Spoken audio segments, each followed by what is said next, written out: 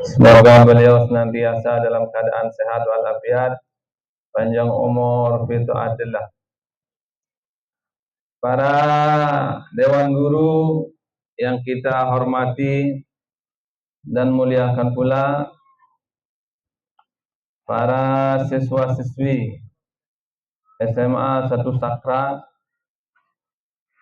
yang berbahagia, yang pada pagi hari ini dengan muka yang cerah ceria, muka yang berseri-seri, bisa menghadiri daripada salah satu kegiatan yang sangat istimewa, yaitu memperingati, merayakan hari lahirnya orang yang paling istimewa, yaitu baginda Nabi besar Muhammad sallallahu alaihi wasallam. Semoga kumpulnya kita pada pagi hari ini untuk memperingati Maulid Nabi besar Muhammad sallallahu alaihi wasallam itu menjadi wasilah bagi kita untuk mendapat syafaat dari baginda Nabi besar Muhammad sallallahu alaihi wasallam. Oleh sebab itu, yang pertama dan utama tentu adalah marilah kita bersyukur kepada Allah Subhanahu wa taala atas segala nikmat ini. Karena kalau kita pandai bersyukur pada Allah Subhanahu wa taala atas segala nikmatnya, pertama Allah Subhanahu wa taala akan menambah nikmat-nikmat itu. Tidak hanya di dunia, tapi juga sampai akhirat kelak. La in syakartum la azidannakum. Kalau kalian pandai bersyukur, maka akan ditambah nikmat atas kalian. Yang kedua,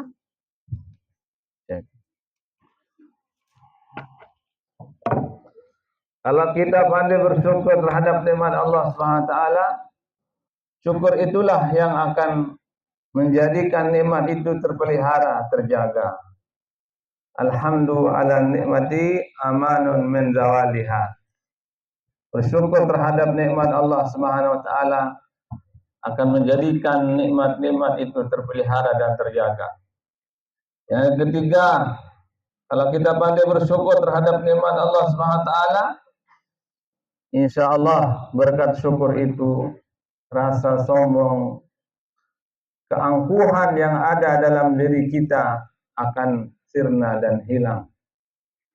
Karena orang yang setiap mendapatkan nikmat dari Allah selalu mengucapkan alhamdulillah wa syukurillah, itu artinya dia mengakui dengan sepenuh hati bahwa segala yang dia miliki bukan hakikatnya berasal dari dirinya, tapi hakikatnya bersumber dari Allah Subhanahu wa taala. Sehingga dengan itu rasa sombong dalam diri kita, rasa angkuh dalam diri kita akan hilang. Selanjutnya salawat beserta salam kita haturkan kepada baginda Nabi besar Muhammad sallallahu alaihi wasallam. Dengan banyak kita mengucapkan Allahumma salli ala sayyidina Muhammad wa ala ali sayyidina Muhammad. Semoga dengan kita banyak membaca selawat kepada beliau, nanti di akhirat kita bisa dekat dengan Nabi Muhammad sallallahu alaihi wasallam. Semoga dengan berkat selawat itu derajat kita di akhirat kelak tinggi di hadapan Allah Subhanahu wa taala. Inna awlan nasi bi yaumil qiyamah aktsaruhum alayya salatan. Orang yang paling tinggi kedudukannya nanti pada hari kiamat adalah orang yang paling banyak membaca salawat kepada Nabi Muhammad sallallahu alaihi wasallam. Kenapa kita harus banyak membaca salawat kepada beliau? Karena orang yang paling berjasa dalam hidup kita, orang yang paling banyak berperan dalam kebahagiaan kita di dunia sampai akhirat kelak adalah Nabi Muhammad sallallahu alaihi wasallam. Nabi Muhammad sallallahu alaihi wasallam memang bukan Albert Einstein yang menemukan berbagai macam teori kimia. Nabi Muhammad sallallahu alaihi wasallam memang bukan penemu gravitasi bumi, yaitu siapa? Isaac Newton. Nabi Muhammad SAW memang bukan Thomas Alva Edison yang menemukan dari sonhorek.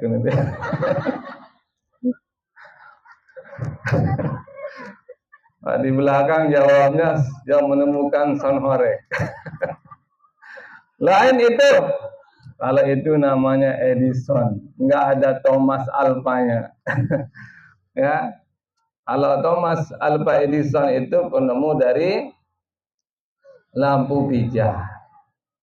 Kalau Edison itu baru penemu sonhorek. Ya, itu ya. Yaitu. Jadi beliau memang bukan Thomas Alva Edison yang menemukan lampu pijar yang menerangi rumah-rumah kita. Tapi beliau jauh lebih hebat, lebih istimewa, lebih agung dari mereka semua. Kenapa? Karena Nabi Muhammad SAW itu adalah afdalul makhluk alal itlaq. Makhluk Allah yang paling mulia. Makhluk Allah yang paling agung. Ya. Beliau memang manusia biasa, tapi derajatnya tidak sama dengan manusia yang lainnya. Basyarun laisa kal basyari. Manusia tapi bukan seperti manusia lainnya. Bal huwa kal yaquti bainal hajari. Akan tetapi beliau seperti batu yakut, permata yang berharga di samping batu-batu biasa lainnya. Beliaulah Nabi Muhammad SAW, cahaya di atas cahaya, nurun ala nur, cahaya di atas cahaya. Qad ja'akum minallah nurun wa kitabun mubin. Firman Allah dalam Al-Quran.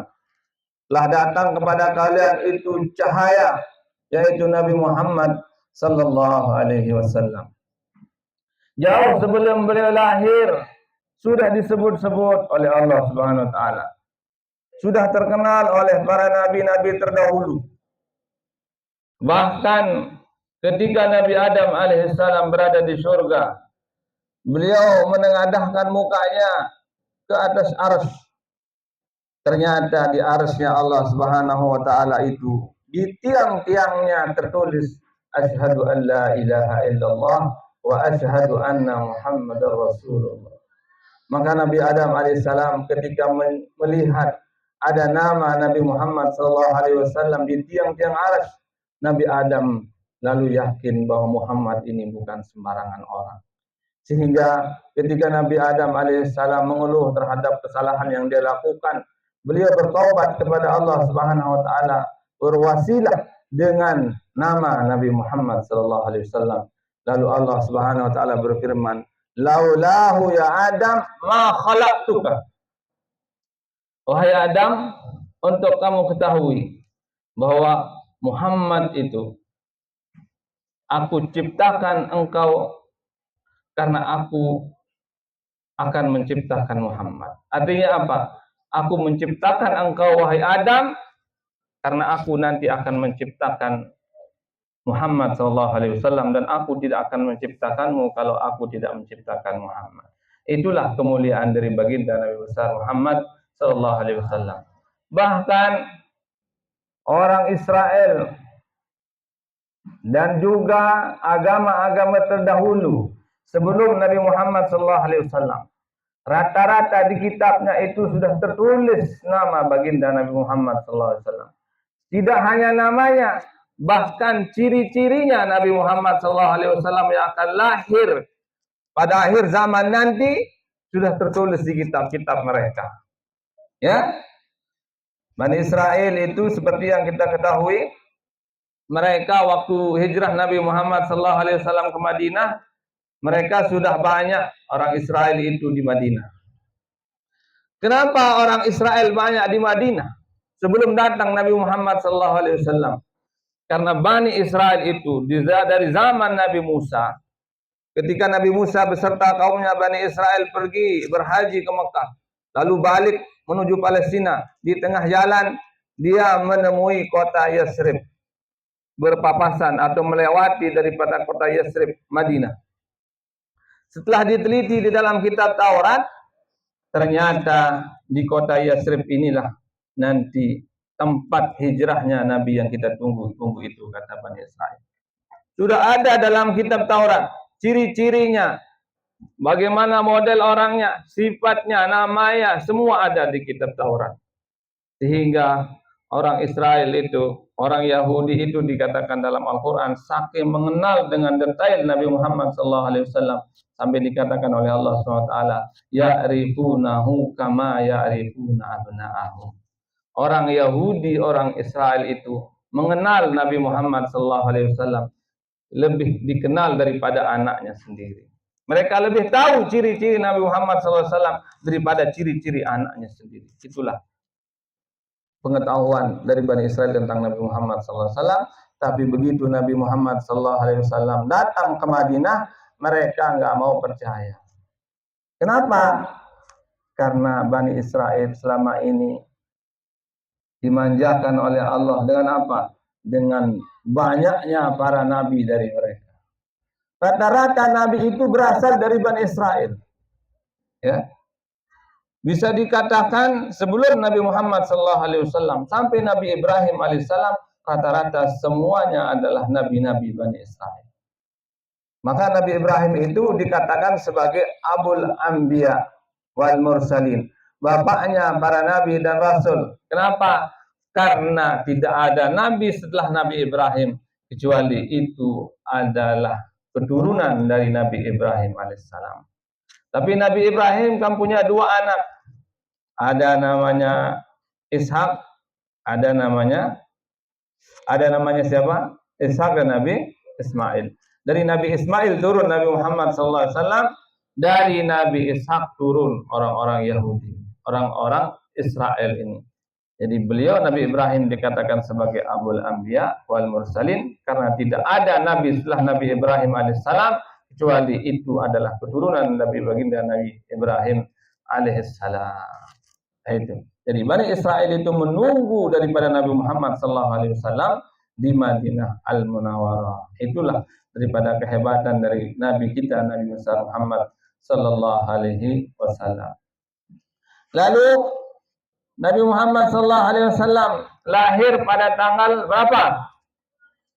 Pada tanggal 12 Rabiul Awal. Bertepatan dengan tahun 571 Masehi. Beliau lahir pada tanggal itu. Malam lahirnya Nabi Muhammad SAW, orang Yahudi, orang Israel sudah tahu bahwa malam itu akan lahir Nabi yang ditunggu itu. Dari apa? Dari ciri-ciri yang tersebut dalam kitab-kitab mereka udah tahu mereka. Itulah hebatnya orang Israel itu. Udah hafal betul Nabi Muhammad SAW.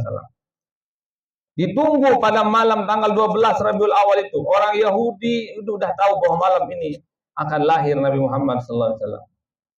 Nabi Muhammad lahir pada tanggal 12 Rabiul Awal pada sepertiga malam.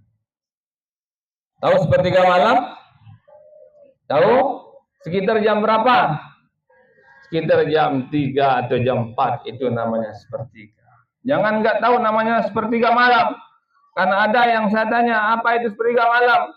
Jam 12 siang katanya. Nah, itu salah. Itu jam 3 atau jam 4 malam. Ya.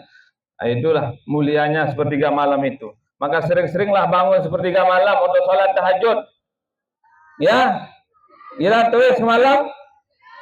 Kira. Tulis kembe. Tulis menek doang ya. Ini menek pun ada malik. Undah kedung tulis ya. Malam-malam sembahyang 2 rakaat tahajud bilang malam. Ya. Araan 2 rakaat lagu bilang malam daripada 1000 rakaat malam lebaran doang tahajud.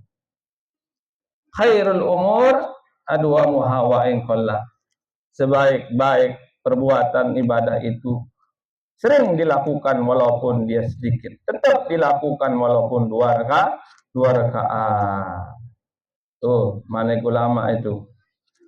Tanda hati yang sehat itu adalah kalau dia sering bangun malam. Min alamati sihatil qalbi, mana ulama. Qiyamuz zikri fi sulusail lail. Tanda hati yang sehat itu adalah kalau kita sering bangun berzikir tahajud di sepertiga malam. Tapi ada lanjutannya ini kaul ulama, mohon maaf ibu-ibu. Ya. Wa min alamati sihatil jasad, dan tanda laki-laki sehat kata ulama, qiyamuz zakari fi sulusail lail. Kalau alatnya itu bangun di sepertiga malam. Kalau saudaranya bangun sepertiga malam, kalau adik kandungnya bangun sepertiga malam, itu tanda laki-laki sehat. Adik siapa? Ya terserah tafsirkan sendiri, ya. Oh, maaf ibu-ibu ya. Jadi sepertiga malam itu luar biasa. Ya. Semamu aja paham. Ya. Nabi Muhammad sallallahu alaihi wasallam lahir sepertiga malam tanggal 12 Rabiul Awal.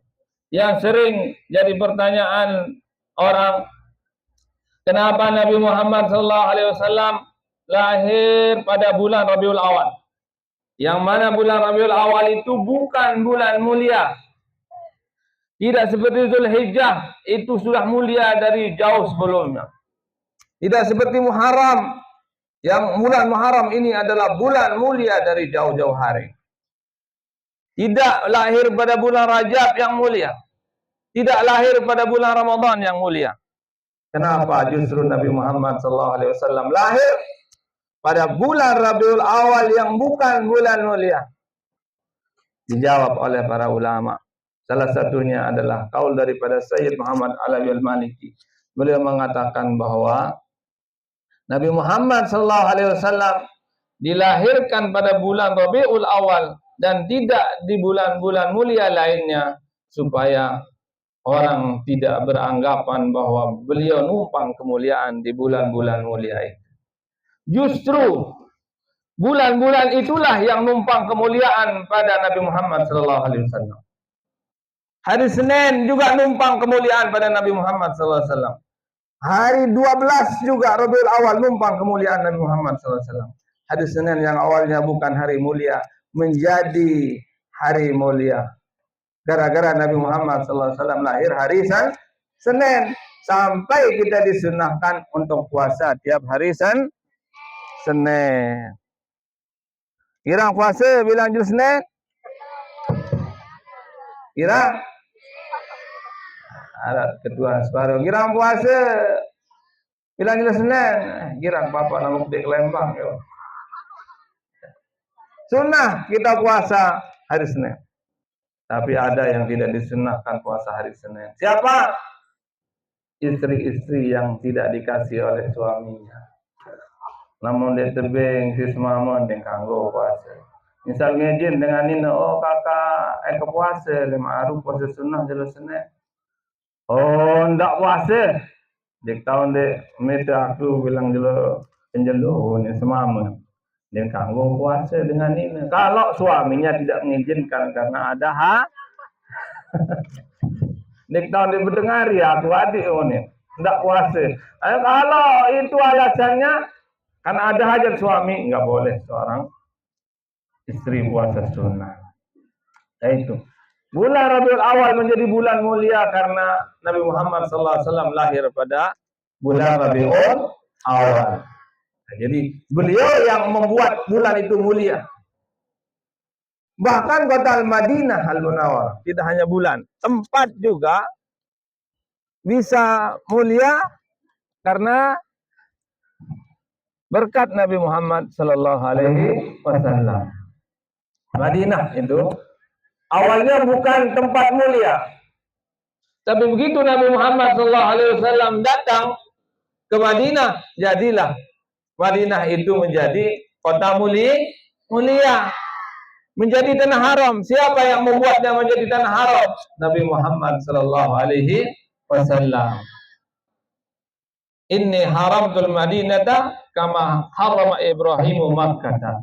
Aku menjadikan tanah Madinah ini menjadi tanah haram sebagaimana Nabi Ibrahim menjadikan kota Mekah menjadi tanah haram. Bahkan setelah Nabi Muhammad SAW datang ke Madinah, baru ada di sana namanya Raudatun min Riyadil Jannah, kebun daripada kebun surga, yaitu Raudah. Ma baina baiti wa mimbari Raudatun min Riyadil Jannah, antara rumahku dan mimbarku itu adalah kebun daripada kebun surga. Kalau kita bisa menginjakkan kaki di situ, itu maknanya insya Allah kita akan menjadi penghuni surga yang ada di akhirat kelak. Mudah-mudahan. Ya. Salawat juga itu adalah ibadah yang sangat tinggi. Bahkan salawat itu dalam Al-Quran kita diperintahkan banyak membaca salawat kepada Nabi Muhammad SAW. Inna Allah wa malaikatahu yusalluna ala nabi ya ayyuhalladzina amanu sallu alaihi wa sallimu taslima. Sungguhnya Allah dan para malaikatnya berselawat kepada Nabi Muhammad SAW. Wahai orang beriman, ikutlah engkau membaca selawat dan salam kepada Nabi Muhammad SAW. Dalam ayat ini Allah Subhanahu wa taala memerintahkan kita membaca selawat. Tapi Allah Subhanahu wa taala sendiri yang mengerjakannya terlebih dahulu perintah itu dengan para malaikatnya. Kalau kita diperintah salat, Allah enggak salat. Kalau kita diperintah puasa, Allah enggak puasa. Kalau kita diperintah berzakat, Allah enggak zakat. Tapi giliran kita disuruh, diperintah untuk membaca salawat kepada Nabi Muhammad SAW, Allah Subhanahu wa taala sendiri yang ngerjakan terlebih dahulu, baru ngajak malaikatnya, baru ngajak kita orang beriman. Dan untuk kita ketahui bahwa ibadah salawat kepada Nabi Muhammad SAW itu adalah satu-satunya amal ibadah yang pasti diterima oleh Allah Subhanahu wa taala. Salat kita bainal qabuli wa raddiha, bisa diterima bisa tidak. Puasa zakat kita bainal qabuli wa raddiha, bisa diterima bisa tidak. Sehingga disebutkan dalam kitab Kifayatul Atqiya bahwa disebutkan di sana inna jami'al a'mal minha mardudun wa minha maqbulun. Semua amal kita orang beriman ini dua kemungkinan, bisa diterima, bisa tidak. Illa salat ala Nabi Muhammadin sallallahu alaihi wasallam, kecuali bacaan salawat kepada Nabi Muhammad sallallahu alaihi wasallam, fa innaha maqtu'un biqabuliha. Ibadah salawat itu pasti diterima oleh Allah SWT. Kenapa? Ikraman li Sayyidina Muhammadin sallallahu alaihi wasallam, sebagai bentuk penghormatan kepada Nabi Muhammad sallallahu alaihi wasallam. Beliau juga lahir pada tahun gajah.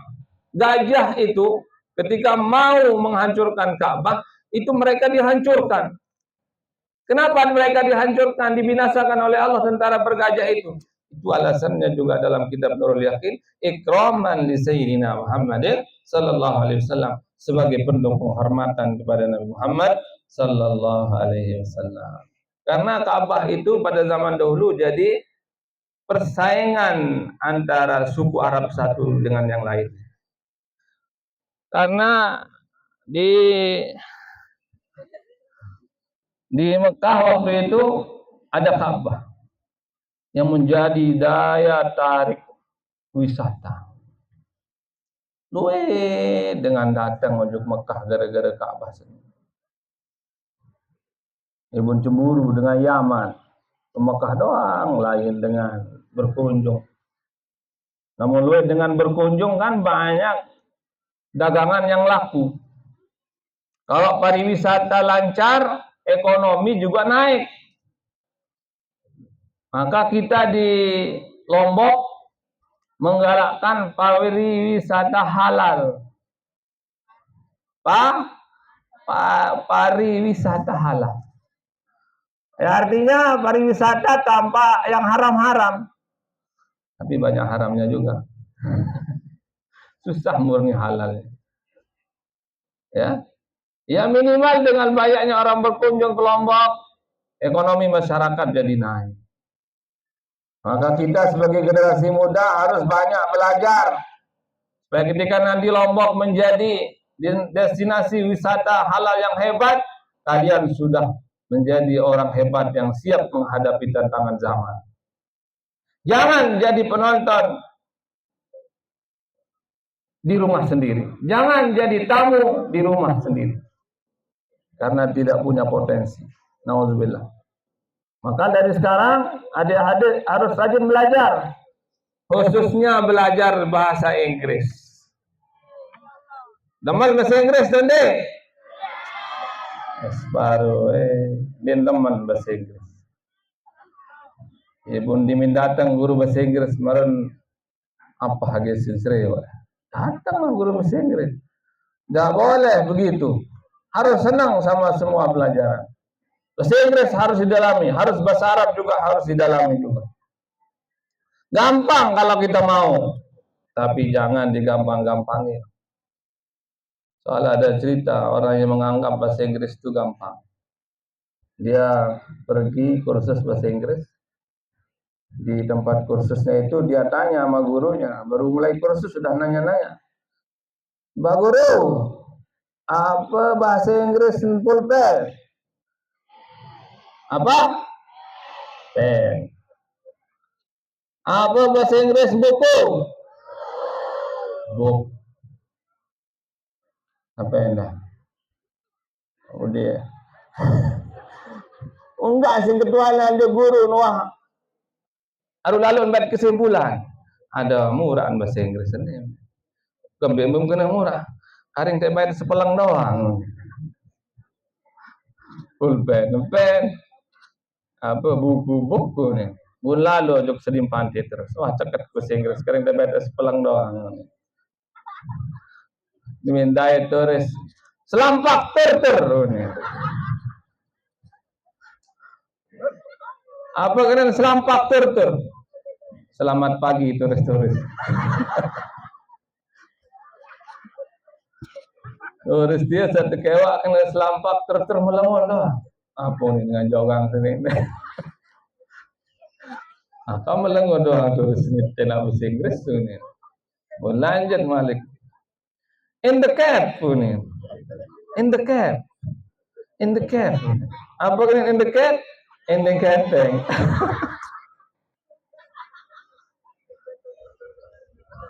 Biarin melengut orang dia. Apa kena ni? Melengut doang terus seneo ni.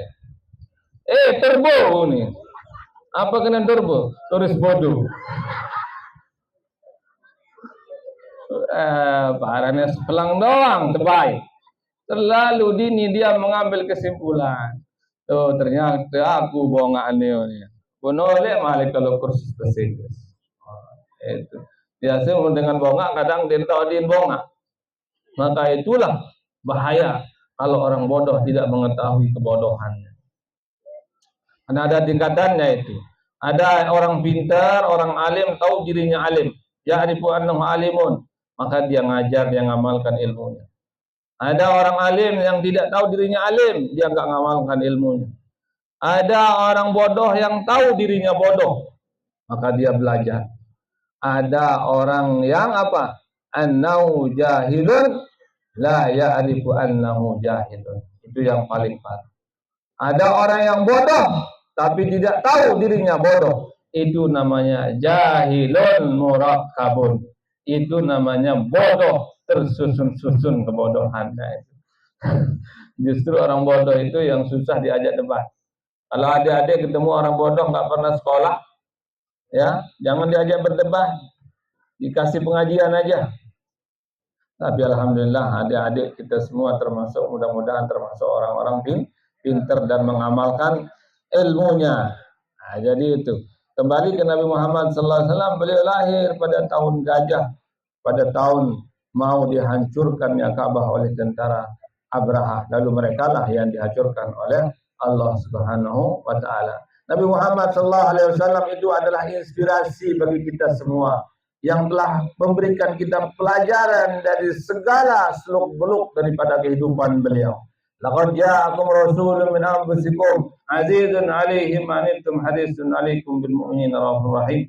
Nabi Muhammad SAW itu datang dengan kasih sayang yang luar biasa kepada kita umatnya. Ya, beliau juga memberikan contoh uswatun hasanah kepada kita dari segala macam kehidupannya. Sebelum lahir Nabi Muhammad sudah memberikan kita contoh. Apa? Nabi Muhammad lahir dari orang tua yang biasa-biasa saja secara ekonomi, tapi secara nasab keturunan beliau, keturunannya adalah orang hebat, orang mulia, ya. Nabi Muhammad SAW 2 bulan ketika berada di dalam perut ibunya itu, baru 2 bulan di dalam perut ibunya, bapaknya sudah meninggal dunia. Ya, ketika beliau lahir umur 6 tahun, ibunda beliau sudah meninggal dunia, yaitu Siti siapa? Siapa ibunda Nabi? Siti Aminah. Harus apa? Lagu-lagu tekan. Anak-anak Nabi ada 7 orang, 3 laki-laki, 4 perempuan. Itu anak-anak Nabi itu. Bukan bapak-bapak Nabi. Ya, bapak Nabi namanya Abdullah meninggal dunia ketika umur dalam kandungan beliau 2 bulan. Ibundanya beliau bernama Siti Aminah yang meninggal dunia ketika beliau berumur 6 tahun. Setelah beliau meninggal ibunya, beliau diasuh oleh pamannya, kakeknya Abdul Muttalib. Ketika beliau sudah berumur 8 tahun, meninggal juga daripada kakeknya Abdul Muttalib. Itulah perjuangan Nabi Muhammad SAW dari semenjak beliau lahir. Ya, orang tuanya sudah tidak ada kedua-duanya ketika beliau berumur 6 tahun. Tapi itu justru tidak menjadikan mental beliau down untuk tidak menjadi orang baik. Justru itu menjadi penyemangat beliau untuk menjadi makin hebat, makin bangkit dari keterpurukan. Itu bisa menjadi pelajaran bagi kita semua. Sesusah-susahnya kita jangan putus asa. Pasti ada jalan yang akan diberikan oleh Allah SWT kalau kita berusaha. Walaupun kita miskin, mungkin kurang biaya, jangan putus asa untuk sekolah tinggi. Karena yang memberikan kita rezeki, biaya itu bukan orang tua kita pada hakikatnya. Yang memberikan kita nasib, memberikan kita rezeki, itu hakikatnya adalah Allah SWT. Maka mintalah kepada Allah SWT. Jangan putus asa bagaimanapun keadaan kita. Ya, seperti Nabi Muhammad SAW yang mampu bangkit dari keterpurukan beliau. Ya, dari pada umur 8 tahun sudah meninggal kakeknya, ya, Abdul Muttalib. Lalu dipelihara oleh paman beliau Abu Talib. Abu Talib inilah yang banyak menjaga beliau. Beliau pada umur 9 tahun sudah pergi berdagang. Berdagang. Kemana? Ke Syria, jauh, luar negeri itu. Beliau umur 9 tahun sudah berdagang. Mungkin ada di antara kalian yang bilang dia lalu sekolah Nabi sebelum berdagang. Itu umur berapa kalau 9 tahun? Itu lagi apa itu pendidikannya? Masih SD, masih kecil. Tapi kan beda juga postur orang Arab daripada kita. Mereka kalau sudah umur 10 tahun, 12 tahun udah kayak orang tua, udah besar-besar. Namun itu masih kode. Kalau mereka udah besar-besar. Kenapa Nabi itu 9 tahun sudah pergi berdagang, enggak sekolah, enggak belajar? Karena Nabi itu enggak pernah sekolah memang. Enggak bisa membaca, enggak bisa menulis, ummi. Terus siapa gurunya? Gurunya adalah Allah Subhanahu wa taala langsung. Itulah hikmah kenapa Nabi itu meninggal orang tuanya, bapaknya ketika beliau dalam kandungan 2 bulan. Ibunya meninggal dunia ketika umur beliau 6 tahun. Kakeknya meninggal dunia ketika umur beliau 8 tahun. Beliau nggak bisa membaca, nggak bisa menulis. Kenapa? Supaya tidak ada satu hal pun yang mempengaruhi pemikiran beliau selain dipengaruhi oleh Allah SWT secara langsung. Allah langsung yang menjadi gurunya melalui wahyu dan bimbingannya. Ya, itu hanya untuk Nabi. Mari kamu lawan si dene kena di sekolah aku jadi marah Nabi Muhammad. Haji guru Allah langsung. Ala boleh beda kita sama Nabi Muhammad sallallahu alaihi wasallam yang gurunya langsung adalah Allah. Ya itu. Beliau sudah berdagang masih kecil. Beliau lagi berdagang pada umur 15 tahun. Pergi berdagang ke Syria 2 kali beliau berdagang. Ya, jadi ini menjadi contoh bagi kita adik-adik ya, bahwa kita kalau sudah dewasa nanti, apapun jadi kita itu nggak ada masalah, yang penting sukses. Mau jadi dokter yang baik, dokter yang beriman bertakwa. Mau jadi polisi yang baik, ya, polisi yang menjaga negara yang amanah, ya, yang adil. Menjadi jaksa yang adil. Menjadi pejabat yang adil. Menjadi DPR yang adil. Tapi jangan dilanjutin, nanti demo kalian. Jangan demo, ya. Menyalurkan pemikiran boleh. Anarkis jangan. Jangan rusak kantor. Yang riset siapa nanti yang memperbaiki? Ujung-ujungnya kita rakyat. Nggak boleh merusak apapun. Ya. Karena Allah juga nggak suka pada orang yang berbuat kerusakan di muka bumi ini. Ya. Tapi mengeluarkan pendapat jangan takut dengan cara yang baik. Itu dikasih kebebasan oleh undang-undang. Dan agama juga membuka pemikiran kita supaya terbuka. Apapun yang ada di pemikiran kita boleh kita keluarkan. Tapi dengan cara yang baik. Mengeluarkan pendapat, berdiskusi. Ya, itu boleh. Mengeluarkan aspirasi. Tidak ada masalah. Tapi dengan cara yang baik. Tidak boleh hura-hura. Dengan cara sopan santun. Kepada guru-guru kita juga dengan cara yang sopan santun. Ada yang kita tanyakan dengan cara sopan santun kepada guru. Jangan menanyakan sesuatu sama guru ingin menjatuhkan Pak Guru. Ingin mempermalukan Pak Guru. Niatnya itu nggak bagus. Menanyakan sesuatu dengan niat yang baik. Ingin mencari pencerahan. Ya, karena guru kita adalah orang tua kita. Orang tua kita ada berapa? Ada 3. Yang pertama, guru kita.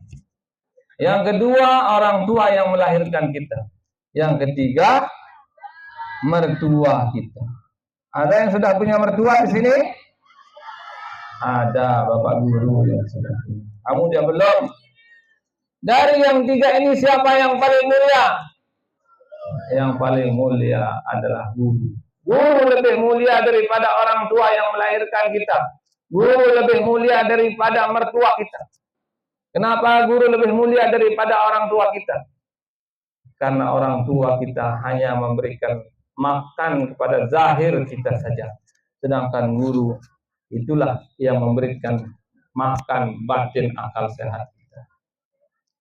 Yang menyebabkan kita selamat dunia akhirat adalah guru.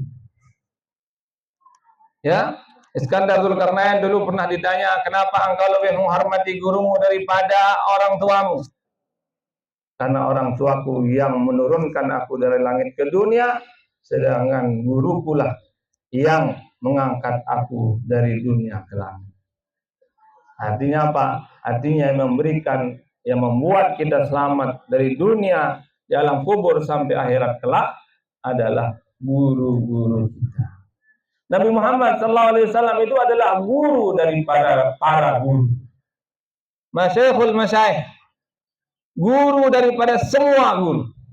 Sehingga kalau kita hormat sama guru kita, sama dosen kita, seharusnya kita jauh lebih menghormati, lebih mencintai baginda Nabi besar Muhammad sallallahu alaihi wasallam. La yu'minu ahadukum hatta an akuna habba ilaihi min walidihi wan nasi ajmain. Tidak sempurna imanmu kalau engkau belum mencintai aku lebih daripada engkau mencintai ibu bapak dan manusia yang lainnya, sabda Nabi Muhammad SAW. Kenapa kita penting kita cinta kepada Nabi Muhammad SAW? Karena rasa cinta itulah yang akan menyelamatkan kita nanti di akhirat. Itulah sebabnya kita maulid. merayakan Isra Mi'raj. Supaya apa? Supaya tumbuh rasa cinta dalam hati kita kepada baginda Nabi Muhammad sallallahu alaihi wasallam. Rasa cinta itulah yang akan menyelamatkan kita kelak di akhirat. Dulu ada sahabat, ketika Nabi pengajian di depan para sahabat, ada sahabat bangun satu. Ya Rasulullah, mata yaumul qiyamah. Piran de kiamat ya Rasulullah. Isi sahabat. Kembali berketuan tentang jolo kiamat. Panik Nabi. Apakah kamu sudah siap dengan amalmu sehingga engkau tanyakan kapan kiamat? Lalu sahabat itu menjawab, ya Rasulullah, saya enggak punya ibadah yang begitu banyak. Salat saya biasa-biasa saja. Ibadah saya biasa-biasa saja. Tapi dalam hati saya ada cinta kepadamu. Itulah yang akan menjadi andalan saya ya Rasulullah di akhirat kelak. Lalu Nabi Muhammad SAW menjawab, anta man ahbabta yaumil qiyamah. Engkau akan bersama nanti dengan orang yang engkau cintai nanti pada hari kiamat. Al-mar'u ma'aman ahabba. Nanti di akhirat orang akan dikumpulkan bersama orang yang dia cintai dulu di dunia. Kalau cinta kita kepada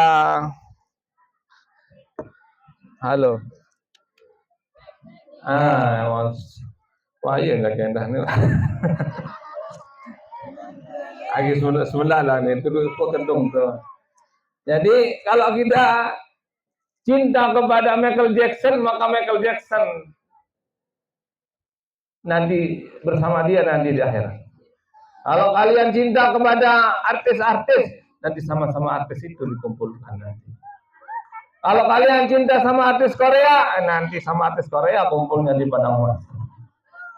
Kalau cintanya sama artis-artis India, nanti sama artis India itu dia dikumpulkan di akhirat. Ya, maka cintalah kepada Nabi Muhammad SAW dan para ulama supaya nanti di akhirat kita dikumpulkan bersama mereka dan masuk surga bersama mereka. Ya, kalau kita cinta kepada Nabi Muhammad juga, kalau kita punya anak diajarkan oleh agama, namakan dia Muhammad kalau dia laki-laki. Kalau kita punya anak 3, paling kurang 1 namanya Muhammad. Ya, enggak sandara lalu. Sunnah itu walaupun enggak wajib. Nanti di akhirat Nabi Muhammad SAW dipanggil untuk masuk surga. Ya Muhammad, udkhulil jannah bighairi hisab. Muhammad, masuk surga sana tanpa diurus. Semua yang namanya Muhammad dikira dipanggil semua.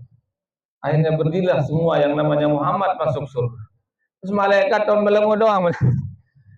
La yamna'un bi karamatin Nabi sallallahu alaihi wasallam. Mereka yang namanya Muhammad yang masuk surga, padahal mereka yang enggak dipanggil tidak dilarang masuk surga. Kenapa? Karena kemuliaan baginda Nabi Muhammad sallallahu alaihi wasallam. Ya. Maka sunnah kita menamakan anak kita Muhammad. Ya, bisa ditambah di depannya. Khairul asma ma'ubida wa hamida. Sebaik-baik nama itu ada yang Abdullah, Abdurrahman atau Hamid, Ahmad, Muhammad. Tapi kalau kita nggak punya itu ya nggak masalah. Tapi itu untuk mengambil barokah kepada baginda Nabi Muhammad sallallahu alaihi wasallam. Mungkin sekedar ini yang dapat saya sampaikan. Semoga ada manfaatnya. Yang mohon maaf kalau ada yang salah. Wallahu a'lam bishawab. Wallahu muwaffiq wal hadi ila sabilir rasyad. Assalamualaikum warahmatullahi wabarakatuh.